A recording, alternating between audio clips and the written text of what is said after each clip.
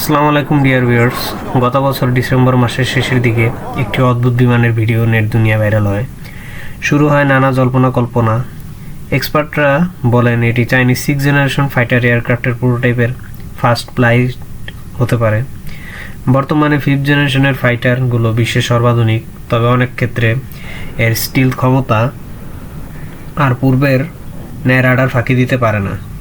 Yemen Iran strike চালাতে গিয়ে কিছু F-35 শুট ডাউন করা হয়েছে, তবে ষষ্ঠ প্রজন্মের যুদ্ধবিমানগুলো তার থেকে পূর্বের ন্যায় বহুগুণে রাডার ফাঁকি দিতে অর্থাৎ স্টেলথ ক্ষমতা বহুগুণে বৃদ্ধি পেয়েছে।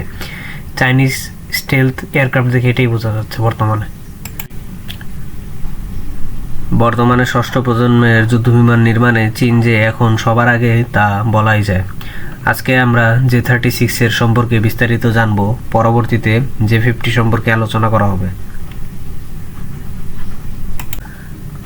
J-36 সম্পর্কে আপাতত তেমন নিশ্চিত বা নির্ভরযোগ্য তেমন কোনো অফিসিয়াল তথ্য চীন প্রকাশ করেনি, তবে বিভিন্ন ভিডিও ফুটেজ, স্যাটেলাইট ইমেজ ইত্যাদি বিশ্লেষণ করে মিলিটারি বিশ্লেষকরা আপাতত একটা সক্ষমতা নিয়ে তার একটা ধারণা প্রকাশ করেছেন।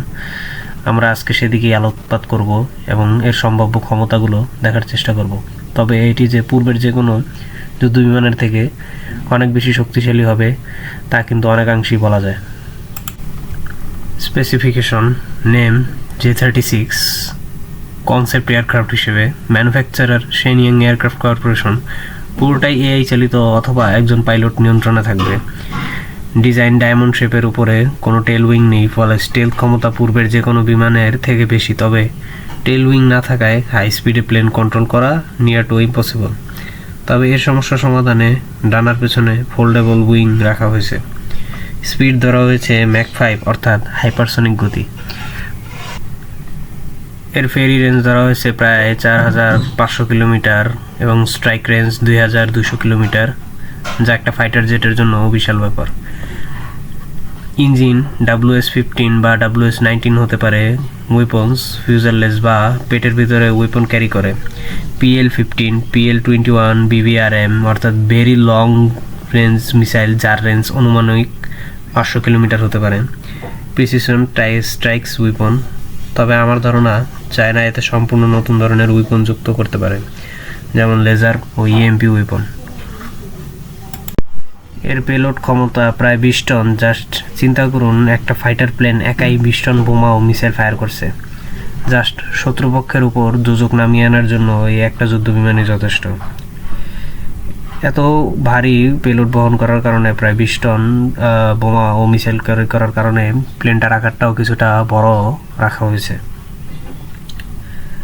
মূলত এটাকে বিশেষ করে ইউএসের গুয়াম এবং প্যাসিফিক ওশেন ও সাউথ এশিয়ায় অন্যান্য ঘাঁটি এগুলো লক্ষ্য করে হামলা চালানোর জন্য এটি বিশেষভাবে ডিজাইন করা হয়েছে।